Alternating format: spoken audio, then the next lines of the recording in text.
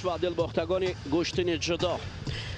الکی بعد از توقف 2 ساله دوباره ما چهره آشنا را میبینیم، چهره که در قهرمانی جهان با قسمت های نشانه های برنجی نزدیک بود، یعنی مقام 5م دارد از قهرمان جهان. این جداگی کبود بابر کرده است. خواجه‌زاده بهروز بر مقابل پهلوان مغول اورانبایر آدگرل مبارزه میبرد.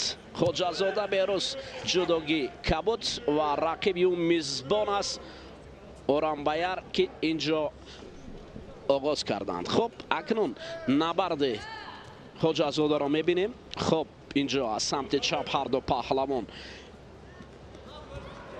یکدیگر را داشتن. این گرند اسلم اولانباتر است، روز دوم است که آنها مبارزه میبرند. در حال در اینجا برای هر دو پهلوان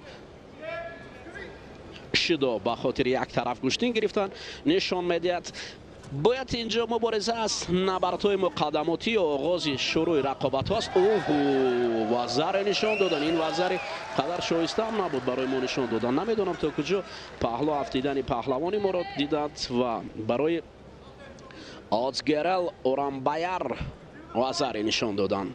اینجا من شبهه دارم برای نشان دادن وزر، شایسته بودن وزر را داور مرکز هم تصدیق گویا طرفدار است، ولی خب این حالت تکرار نمیشود برای نشان دادن این فاصله. خب برو میروند.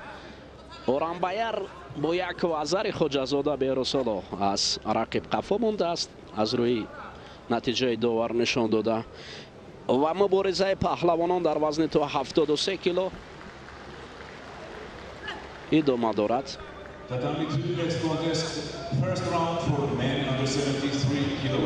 از ما از سمت پهلوان ما مربی دیده نمی شود. خواجه‌زاده بهروز و رقیب او را مربیش صدا بلند کرد و داور مرکز لحظه او را خاموش داشت. خب برای بهروز لازم است که دیگر توکل کند، وگرنه با این امتیاز رو به باخت دارد. این پهلوان باید هجوم کند و پیوسته عمل یا حرکت های خود را به کار برد، وگرنه با این شیوه برآمدن برای خواجه‌زاده بهروز خیلی مشکل است. امروز دوستان عزیز همچنین در وزن تا 73 کیلو سامان محمد بیکوف پهلوان دیگر ما در همین وزن مبارزه میبرد. از این جفت کسی اگر غالب آید در دور منبعده با محمد بیکوف پهلوان تاجیک تباری که با تحت پرچم فدراسیون بین المللی جودو IJF میبراید و پهلوان روسیه را نمایندگی میکند. یا پسرامک یا امک بچه برای سامان محمد بیکوف محسوب میشود.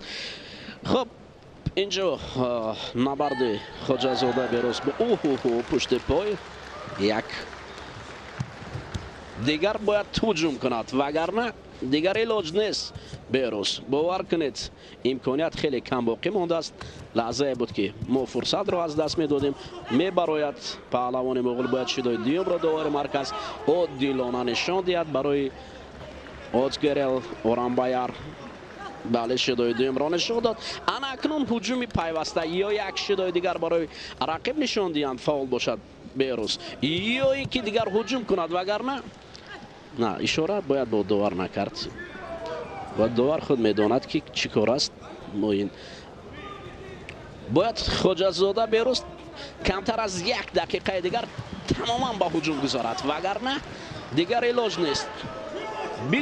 بگذار نگاه نکرده باز زمین فرو نشاند، پیوسته نشاند تا اینکه شدای نوبتی رو برای آدگرل اورانبایر نشان دهند. ولی با یک وزر داشتن کمی در کم حالتهایی است که اینجا نشان میدهند برای شدای سیم. خب چی میکند؟ داور منتظر است برای بله اشاره میکند. ببینید توسط سر هم اشاره میکند که اینجا باید شدای نوبتی برای اورانبایر پهلوان مغول نشان دادن.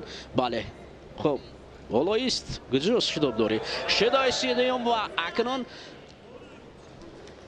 بله در اینجا ببینید تابلو اشتباه کرد و خواجه‌زاده بهروز اکنون دور اول رو با پیروزی پشت سر کرد دوستان عزیز و تجربه او برای امکانیت داد که ایپا نشان میدن در تابلو تماما دیگر چیز است و مهم خواجه‌زاده بهروز در این دور اکنون غالب برآمد دوستان عزیز و میرویم به دوره های میم به 10 به تابلو همیان ندید دوستان عزیز مهم که شما دیدید که در اینجا پیروز شد.